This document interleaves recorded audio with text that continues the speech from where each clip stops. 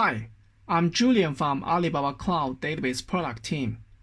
Today, I will introduce a very exciting feature called GDN Global Database Network in our cloud-native database PolarDB MySQL 8.0. So basically, the GDN Global Database Network is a kind of feature to connect several standalone PolarDB clusters into one to serve your globally deployed business. So it can create it up to one primary cluster plus 4 read-only clusters. If you are not familiar with our cloud-native database PolarDB, please first go to the PolarDB to get more information. So basically in GDN of PolarDB, there is a one primary cluster. The data changes and the newly inserted data will be replicated from the primary PolarDB cluster to all the other read-only cluster. We also call the secondary cluster. And the latency of this kind of asynchronous replication between the primary and the other secondary or read-only cluster is within 2 seconds. So for more information about the documentation of this feature, GDN, please scan the QR codes. Here is more insight about the GDN feature of the PolarDB. So basically, it put the geographically distributed different PolarDB cluster into a single PolarDB GDN. In this picture, you can see that there are 3 PolarDB clusters. One is the Singapore region as a primary cluster, another 2 secondary clusters. One is in Shanghai region, another one is in the United States region.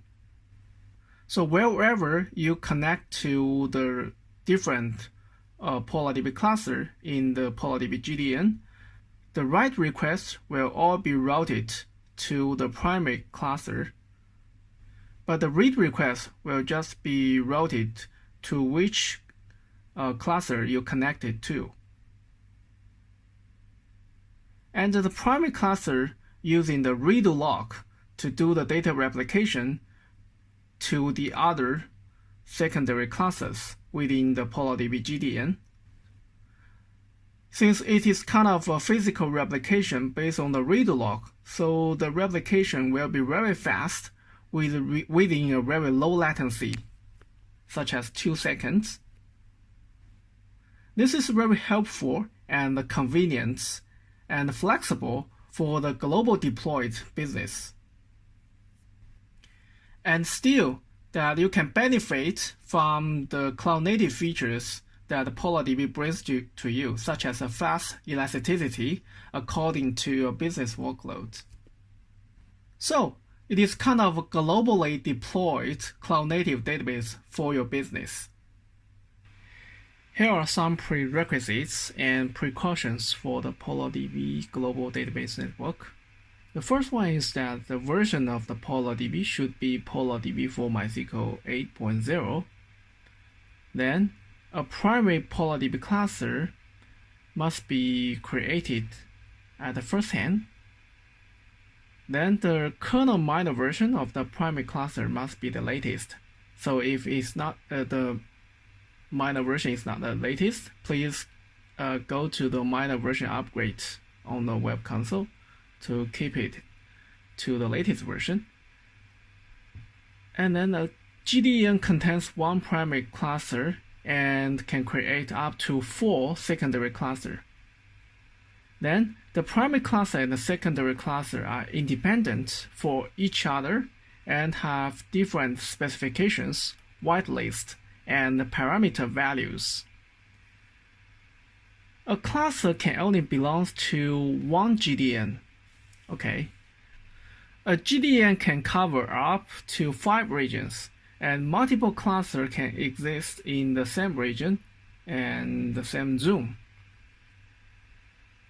The final one is the secondary cluster can only be created within the global database network. You cannot add the existing cluster as the secondary cluster. Currently, GDN is free of charge during public review phase and may be charged according to the network consumption after the commercialization. Each PolarDB cluster remains its charges itself. Let me give you some of the sample solution based on the PolarDB GDN. Let's say that you want to do the disaster recovery across 2 sites and 3 data centers. And you can see that in this PolarDB GDN, 2 PolarDB clusters are involved. One is in the Singapore region. Another one is in the Jakarta region. So the combination of these 2 PolarDB clusters consists of 1 PolarDB GDN for your business. So suppose totally we have 2 sites. One site is sitting in the Singapore region.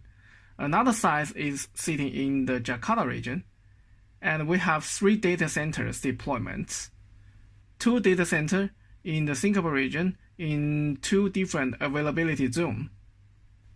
Another remote data center in availability zone in Jakarta region.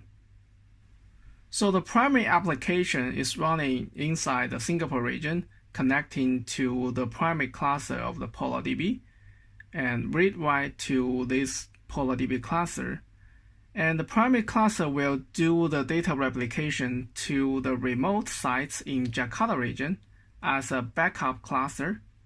So in this solution, we can achieve the DC level disaster recovery capability in the region with 2 AZ. The planned disaster recovery, that is the proactively disaster recovery or the site switchover, we can achieve that the RPO, which is recovery point objective, to 0, and the RTO, which is the recovery time objective, to less than 60 seconds. For the unplanned disaster recovery, the RPO is less than 2 seconds, and the RTO is less than 10 minutes. Another feature is coming soon as well, that is the cross-region failover capability. In this scenario, the planned disaster recovery, we can achieve that the RPO equals 0 and RTO less than 60 seconds. For the unplanned disaster recovery, the RPO less than 10 seconds and the RTO less than 60 seconds as well. This solution is very good for the industries like fintech, banking, insurance, and some security customers, which is very strict in the disaster recovery scenario and requirements. Another sample solution, which is very good for the customer with global business deployments, such as the gaming, global e-commerce, local O2O service, or the new retail customers. Because with the PolarDB GDN, they will have a unified application distribution aligning with the globally deployed PolarDB databases across different regions geographically, and the database account, schema, and the data will be replicated across the GDN PolarDB cluster globally. While your application can be deployed globally in different regions, because you can do the read and write for each PolarDB cluster independently. But the database account, schema, and the data can be replicated among them in sync. Another point is the flexibility. Because the PolarDB GDN allows the independent cluster specification according to the business workload at the different regions, which could help you to save cost and save money accordingly. Next, I will do a demo for you to show you the feature of how the PolarDB GDN works. I will just create one primary PolarDB cluster in Singapore region and create another 4 secondary clusters in Silicon Valley, Frankfurt, Shanghai, and Sydney respectively. A very important metric that you may concern is about the replication latency among the different PolarDB clusters, So in the web console of the PolarDB GDN, you will see this matrix as the replication latency. It is very helpful for you to monitor and manage the PolarDB GDN on the web console. So here is a demonstration chart I will show you later in the demo. So basically, we will have 5 PolarDB clusters within the single PolarDB GDN. So each cluster has a cluster endpoint. So when you connect to the different PolarDB cluster, while the cluster endpoints, so the DDL, DCL, DML will just send to the specific cluster endpoint in your clients. But in the primary PolarDB cluster, the local DDL, DCL, and DML will be routed to the primary PolarDB cluster itself. But in other secondary cluster, when the client sends to the DDL, DCL, DML to the cluster endpoint specifically, the DDL, DCL, IOD means the insert, update, delete statement, will all be routed to the primary PolarDB cluster. So this kind of statement will be routed to the primary PolarDB cluster to execute. And the data changes and also the metadata changes will be replicated to other secondary classes.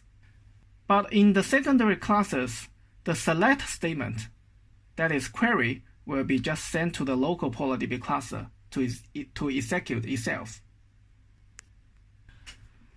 So now let's go to the demo. So first I will go to the website and go to the PolarDB.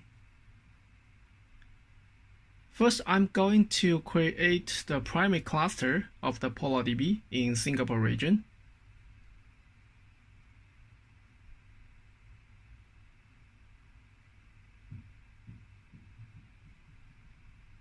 And I click Prepare to create the cluster.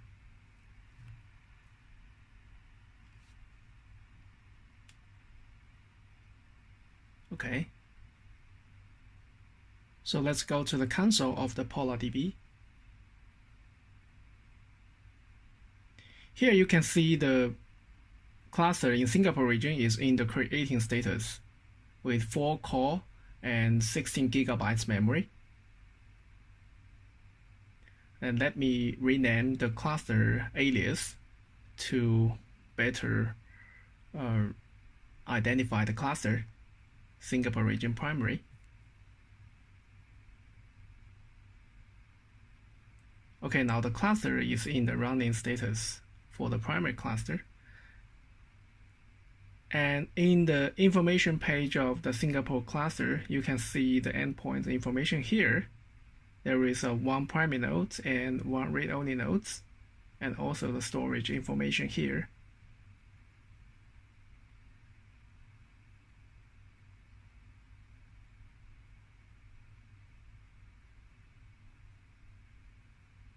And here we have a button to create a GDN.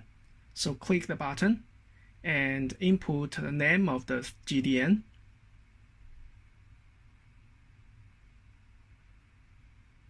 Such as the sample GDN.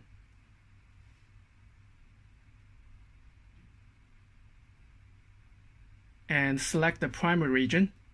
Here we select the Singapore region as the primary region.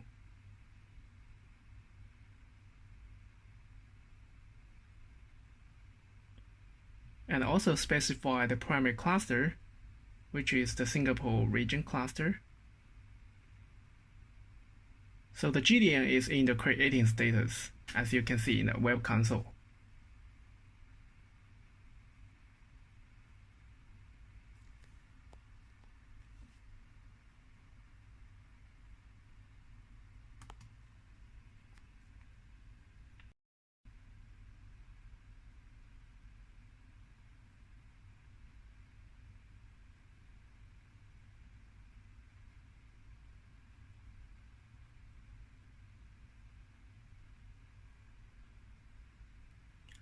Now we enter the primary cluster of the PolarDB in Singapore region.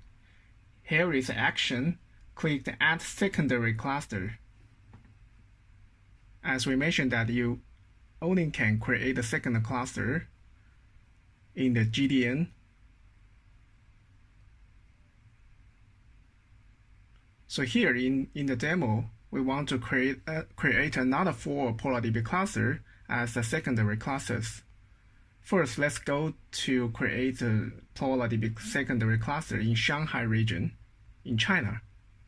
And let's specify this node specification of 2 core and 8 GB memory.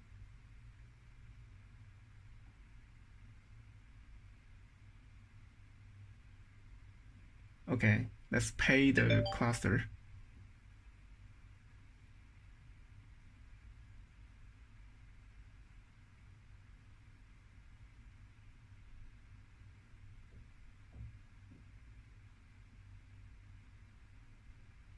So let's back to the console.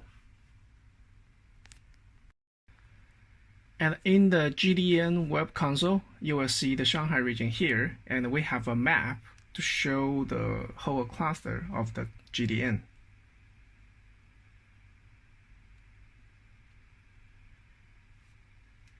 And later I will just create another 3 clusters. One is in Silicon Valley in United States, and one in Frankfurt in Germany, and the final one is in the Sydney in Australia. As you can see. So here we have one primary PolarDB cluster in Singapore region and another 4 secondary clusters in 4 different regions globally. Now let's go to create account.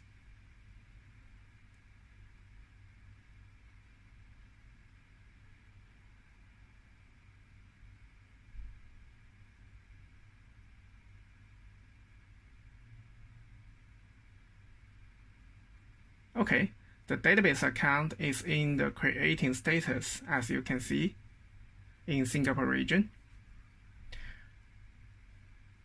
Actually, the database account will be synchronized to all the other 4 secondary clusters at the backend. So after the database account has been created in the primary cluster, and later you will go to the secondary cluster, you can see the database account as well in another 4 secondary PolarDB cluster. Then in the Singapore region as the primary region, I will just create the first database or the first schema for the PolarDB cluster.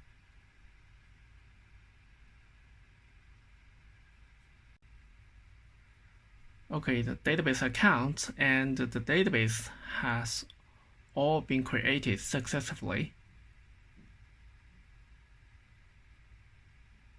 And in the Shanghai region, as you can see, the database is also there.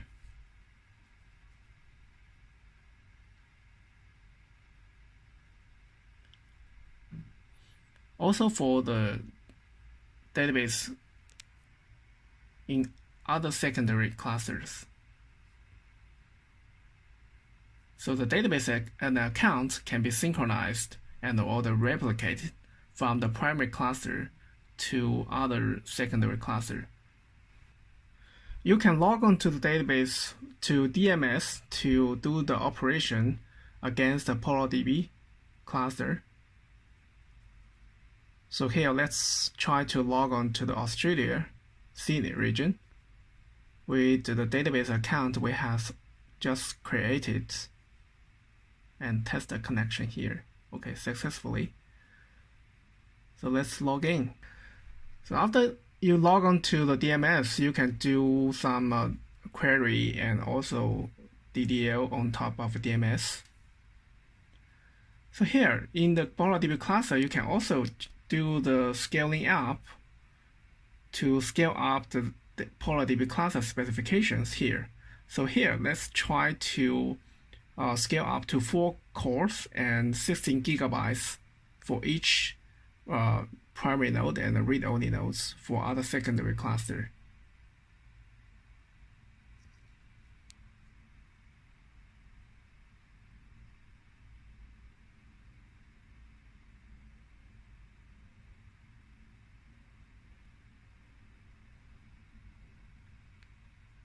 Okay, I will do the similar stuff for other secondary clusters to upscale the node specification to align with the primary cluster. Here you can see that all the node specification in the PolarDB cluster are in 4 cores and 16 gigabytes memory.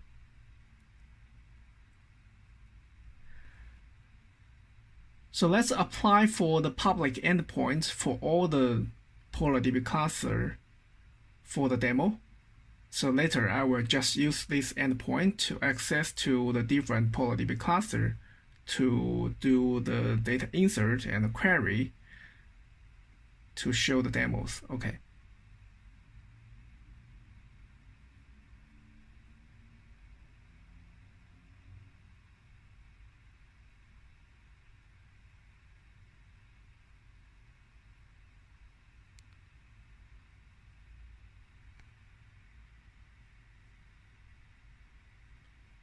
So for each PolarDB cluster, I will just apply for the public endpoint for the cluster endpoint.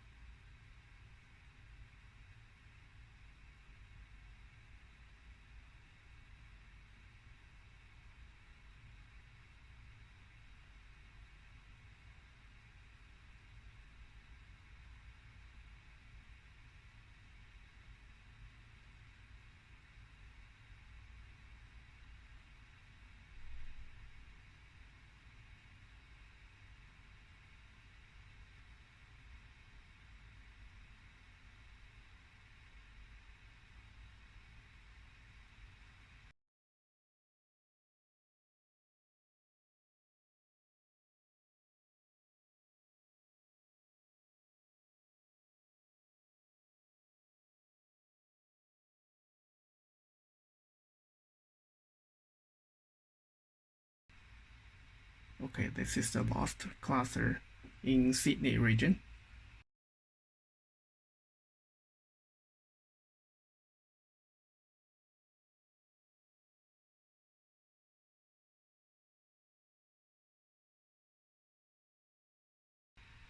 Okay, all the public endpoint of the cluster endpoint has been applied for the PolarDB clusters.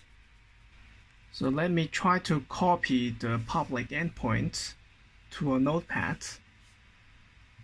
Later, I will write a program to do the demo to access these 5 PolarDB clusters in single global database network.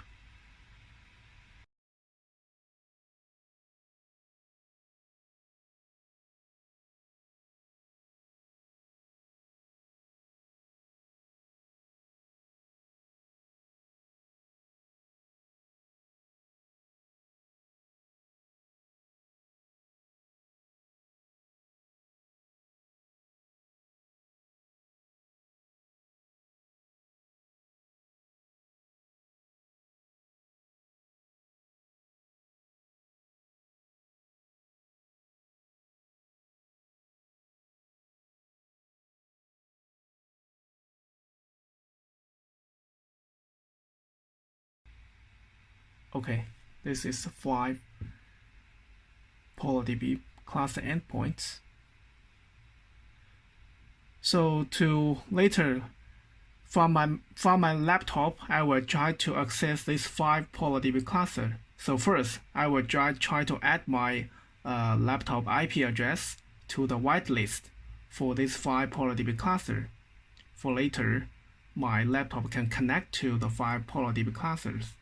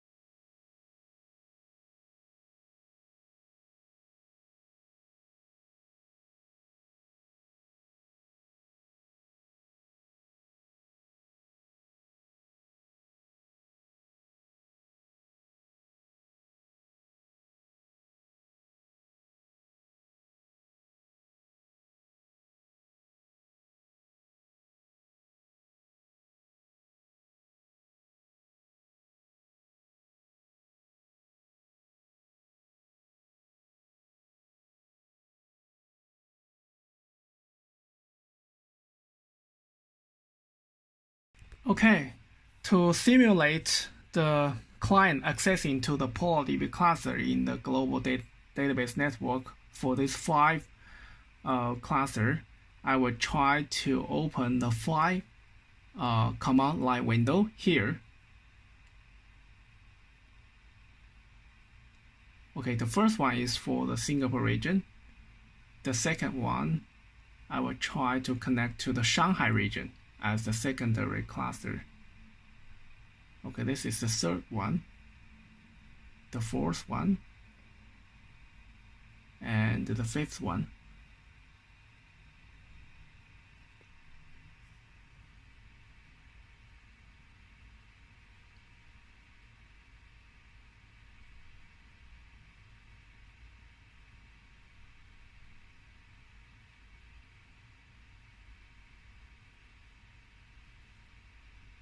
So here are my 5 cluster endpoints for the PolarDB clusters. So let me connect to them one by one. The first one is the primary cluster in Singapore region. Okay, now it has been connected. As you can see, the database I created just now, and I used to this database. Then the second one in Shanghai region as the secondary cluster. Let me connect to it.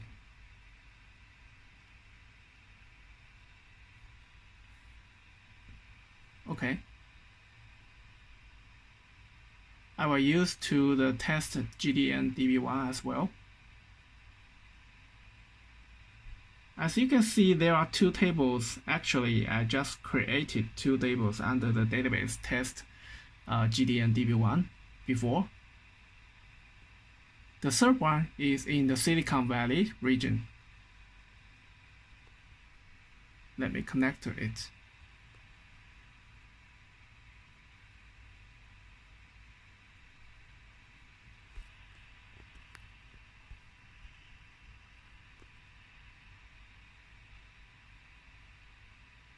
The fourth one is in the Frankfurt in Germany. Okay, let's connect to it.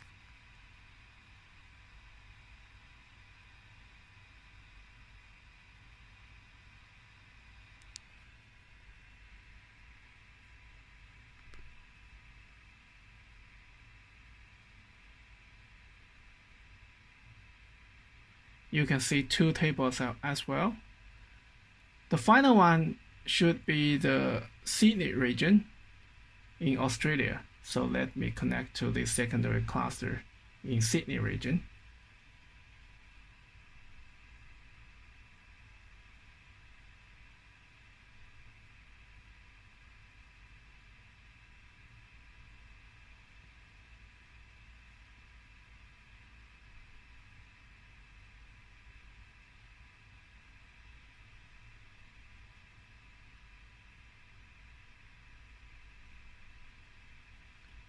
Okay, there are 2 tables as well.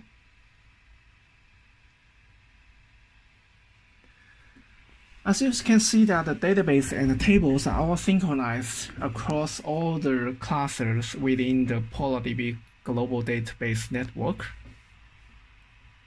So let me try to create another table in the Singapore region. So I will create a similar table as the test GDN table 2. So let me copy the create table statement here and do some modification to rename to the third table. Okay. Copy the statement back.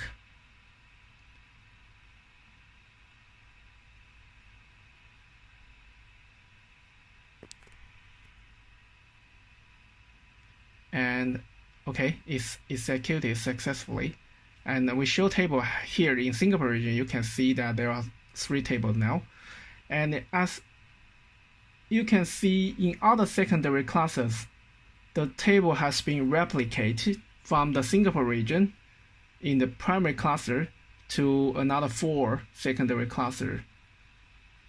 So it's very convenient when you want to try to replicate the tables from the primary cluster to other secondary cluster in sync.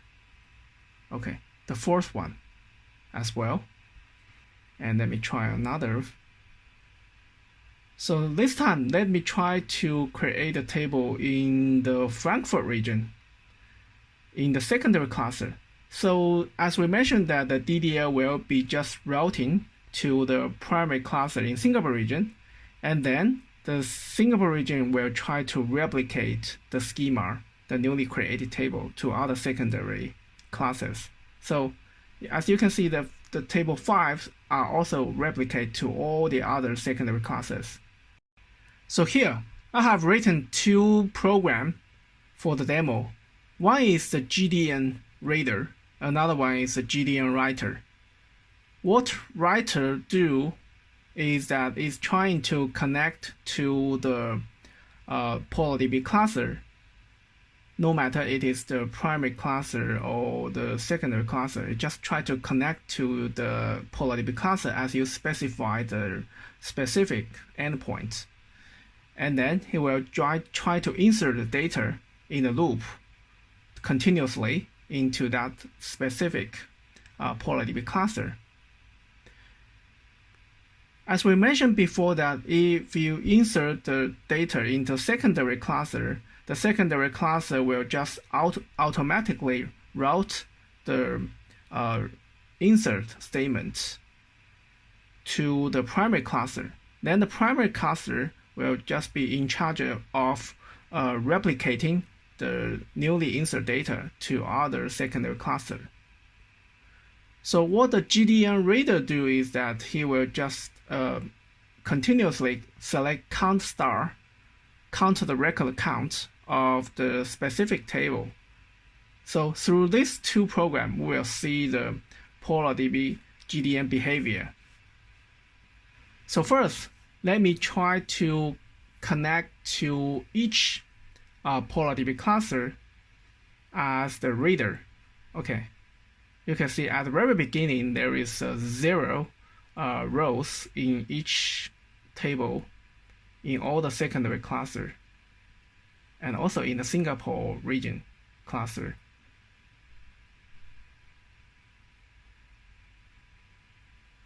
Okay, this is to connect to Shanghai region. The result count in PolarDB is also 0 in Shanghai region at the very beginning.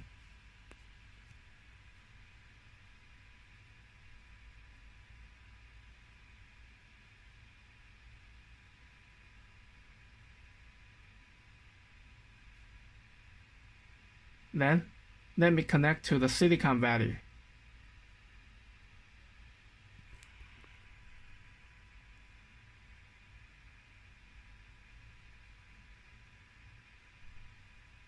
Okay, the GDN reader continuously counts the record count in that table. So the result count is also 0 at the very beginning in Singapore in the Silicon Valley. This one is to connect to the Frankfurt region.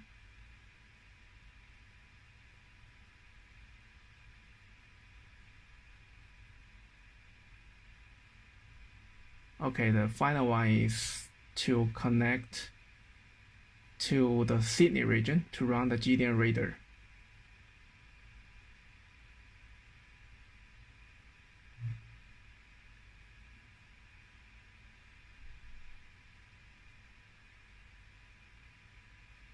Okay, so all the reader has been running against this 5 PolarDB cluster.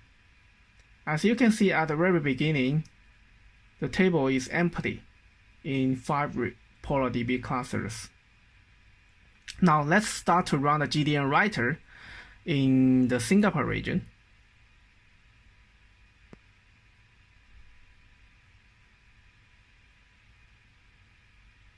So in the first command line window, let's try to connect to the Singapore region PolarDB cluster. And it will try to insert the data. Okay, the record 1, then the record 2, and the data is replicated continuously to other 4 secondary clusters. As you can see that the result count is increasing in this 5 PolarDB cluster, both in Singapore region cluster and other 4 secondary PolarDB clusters. Okay, and also back to the web console, you can see the replication latency in the PolarDB console. It is just 1 second. Okay.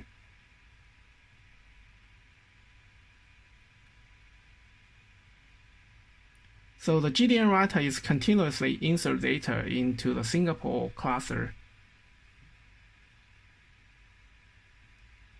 Okay, let's stop the writer. The result count is stopping to increase.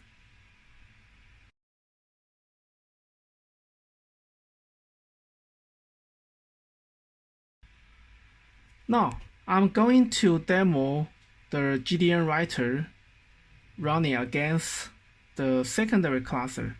So let me just try to modify the program in the GDN writer a little bit and recompile the program.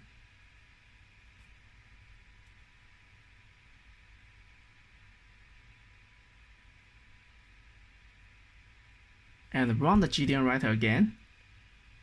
So this time, let me try to run the GDN writer in the Sydney region against the Sydney region. So let's connect to the Sydney PolarDB cluster. So as we know now that if we try to insert data into the secondary cluster, so the secondary cluster will just route the insert request to the primary cluster, that is the Singapore region, and Singapore region will just replicate the insert data to all the other secondary clusters. So now it's working, as you can see.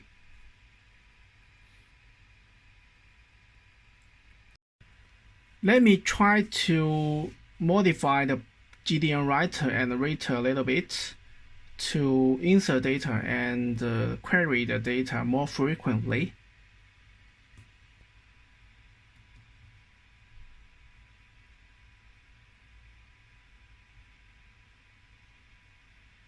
Recompile the program, and we stop the GDN writer and reader and restart them for different PolarDB clusters at different regions.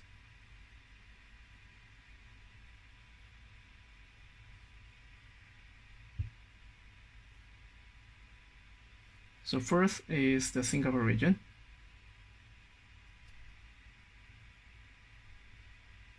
Okay, the reader has been started in Singapore region. Then the second one is the Shanghai region, running the GDN reader connecting to the Shanghai region. Okay. Then let's try to connect the GDN reader to the Silicon Valley region.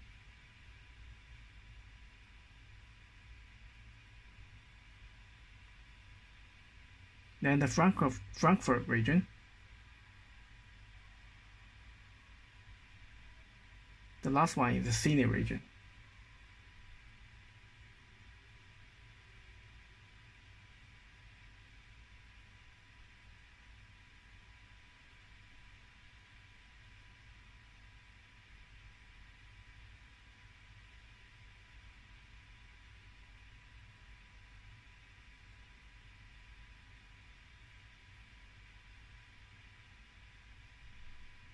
Okay, let's try to start the GDN writer to connect to the secondary cluster this time. Let's say that in Shanghai region.